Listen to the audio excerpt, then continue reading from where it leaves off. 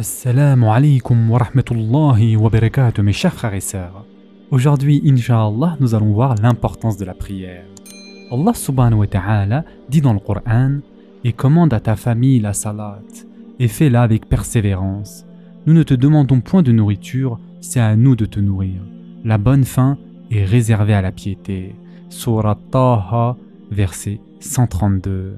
Mes chers frères et sœurs, Allah Azza wa Jal a fait que la prière soit l'un des 5 sujets les plus éminents de l'islam, puisque le messager d'Allah, sallallahu alayhi wa sallam, a dit « L'islam est fondé sur 5 principaux devoirs ». Et ce hadith a été rapporté par Bukhari. Et il a cité parmi ces devoirs le témoignage qu'il n'y a pas de divinité digne d'être adorée mis à part Allah et que Muhammad sallallahu alayhi wa sallam est le messager d'Allah, puis l'accomplissement de la prière. La prière vient donc en second lieu après les 2 témoignages. Le messager d'Allah, sallallahu alayhi wa sallam, a également dit « Le principal sujet, c'est l'islam et son pilier, c'est la prière. » Et ce hadith a été rapporté par An-Nasa'i. Mes chers frères et sœurs, la prière fait partie des signes les plus manifestes, des rites les plus éminents et des bienfaits les plus profitables de l'islam. Elle est, après les 2 témoignages, la plus confirmée des obligations, la plus éminente des choses qui seront exposées, le plus illustre des actes d'obéissance et l'œuvre grâce à laquelle on espère gagner le plus dans l'au-delà. Elle est soumission et crainte, elle manifeste la nécessité et le besoin à l'égard d'Allah Azza wa Jal. Elle comporte des invocations et des éloges. Elle comporte les remerciements et les louanges et c'est un acte de soumission envers notre Créateur. C'est une adoration qui rayonne d'espoir dans l'océan des ténèbres. Elle sauve celui qui aurait chuté dans les injustices. Elle tire par la main le malheureux du fond de son malheur et le désespéré de son désespoir pour les ramener sur la voie de la sauvegarde. C'est pour cela que l'islam a accordé une extrême importance à la prière. Il est parvenu dans le livre d'Allah subhanahu wa ta'ala l'ordre de l'accomplir et de persévérer à l'accomplir, puisqu'Allah Azza wa Jal a dit « Soyez assidus aux salat et surtout la salat médiane, et tenez-vous debout devant Allah avec humilité. » Surat al-Baqarah, verset 238. Celui qui l'effectue régulièrement en ayant appris les règles qui la régissent et en l'accomplissant conformément à la voie révélée par Allah Azza wa Jal, il aura gagné la réussite et la sauvegarde. Et celui qui le manque aura échoué et causé sa perte, et il risque de manquer encore plus les autres obligations. Alors il nous incombe à tous, mes chers frères et sœurs, de persévérer à l'accomplir lorsque nous sommes en bonne santé ou malades, dans la difficulté ou dans l'aisance, en sécurité ou dans la crainte. La prière est le secret même de la réussite. Elle est la base du succès, la première des œuvres sur laquelle le serviteur rendra des comptes au jour du jugement. Si elle est correcte, il aura réussi et se sera sauvegardé, et si elle était corrompue, il aura échoué et aura causé sa perte. Persévérer à l'accomplir est le signe même de la véracité et de la foi. La négliger est le signe de l'échec et de la perdition. Il s'agit de 5 prières. Celui qui les accomplit en ayant fait son wudu de façon complète, qui les accomplit dans leur temps, qui effectue leur inclination, leur prosternation, toutes ces choses seront pour lui une lumière et une preuve en sa faveur, une sauvegarde le jour du jugement. Quant à celui qui ne les accomplit pas, il n'aura, selon le jugement d'Allah Azza wa Jal, aucune promesse d'entrer directement au paradis. Il n'aura pas au jour du jugement de lumière ni de preuve, et Allah Azza wa Jal le rassemblera avec les perdants, les gens de l'échec et de la perdition. Mes chers frères et sœurs, l'obligation de la prière fait partie des obligations les plus importantes de la religion. Allah Azza wa Jal a confirmé son importance dans toutes les révélations aux prophètes. Parmi les secrets les plus remarquables et les significations les plus nobles de cette adoration honorable, c'est qu'elle est, parmi ses gestes, par sa récitation et par ses invocations, une manifestation de crainte et de soumission envers Allah Azza wa Jal, le Seigneur des mondes. Une concrétisation de la soumission du serviteur envers son Seigneur et une réalisation par le serviteur d'une œuvre agréée par Allah Azza wa Jal. Allah subhanahu wa ta'ala a dit dans la sourate Al-Alaq à propos de son messager, sallallahu alayhi wa sallam, « Non, ne lui obéis pas, mais prosterne-toi et rapproche-toi. » Surat Al-Alaq, verset 19.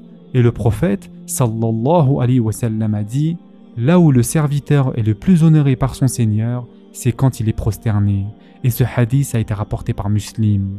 C'est pour l'être humain un réveil réitéré de son insouciance par rapport à l'obéissance à Allah Azza wa Jal. C'est une incitation à multiplier le repentir et à s'en remettre à Allah subhanahu wa ta'ala. C'est en même temps une purification pour le cœur et pour le fort intérieur, une rectification de l'âme, une purification pour les organes de la souillure, des mauvais actes et des péchés. Il nous suffit pour preuve à ce sujet la parole du messager d'Allah sallallahu alayhi wa sallam, dans laquelle il a dit « Voyez-vous, s'il y avait une rivière dans laquelle l'un d'entre vous se lavait 5 fois par jour, resterait-il sur lui la moindre salissure ?»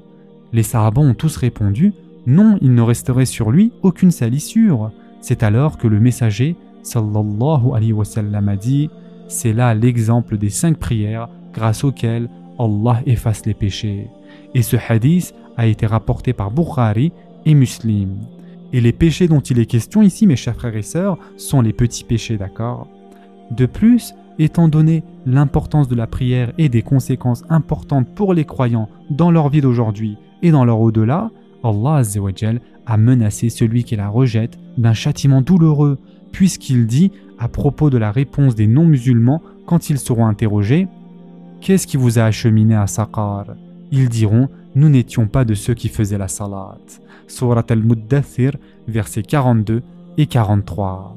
Et Allah Azza wa Jal menace celui qui la retarde après son temps sans aucune excuse. Et en effet, Allah Azza wa Jal dit « Malheur donc à ceux qui prient tout en négligeant et retardant leur salat. » Surat al-Ma'un, versets 4 et 5.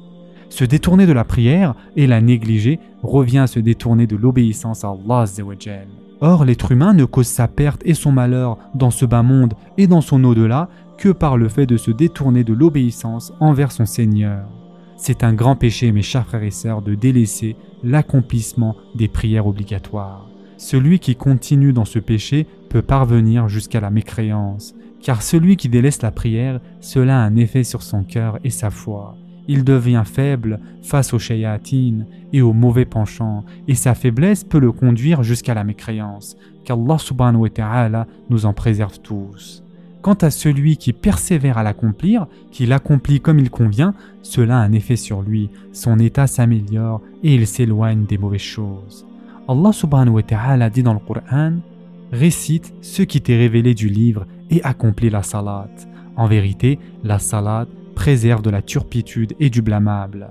Le rappel d'Allah est certes ce qu'il y a de plus grand, et Allah sait ce que vous faites. Surat Al-Ankabut, verset 45. Persévérez, mes chers frères et sœurs, à accomplir les prières obligatoires en assemblée, car il y a un secret et une récompense plus grande à les accomplir en congrégation. Le prophète, sallallahu alayhi wa sallam, a dit, dans ce qui a été rapporté par Al-Bukhari, la prière en assemblée a 27 fois plus de récompenses que la prière individuelle. De plus, mes chers frères et sœurs, voyez ce que le prophète sallallahu alayhi wa sallam a dit concernant ceux qui accomplissent la prière du Isha et du Fajr en assemblée. Le prophète sallallahu alayhi wa sallam a dit « Celui qui prie le Isha en assemblée, c'est comme s'il avait veillé la moitié de la nuit en prière. Et celui qui fait le Fajr en assemblée, c'est comme s'il avait veillé toute la nuit en prière. » Et ce hadith a été rapporté par Muslim. Alors, mes chers frères et sœurs, empressons-nous d'accomplir les prières dans leur temps en assemblée et en étant sincères, par recherche de l'agrément d'Allah Azza wa Jal. Et ceci est expliqué par la parole de notre prophète sallallahu alayhi wa sallam. Apaise-nous par la prière, ô Bilal, c'est-à-dire appelle à la prière pour qu'elle nous procure le repos. Ô Allah, fais que nous soyons de ceux qui font la prière. Fais que nous persévérions sur la voie du meilleur des envoyés, sallallahu alayhi wa sallam, et la louange est à Allah, le Seigneur des mondes. Ce sera tout pour aujourd'hui. En attendant, prenez soin de vous, mes chers frères et sœurs, et à très prochainement, Inch'Allah.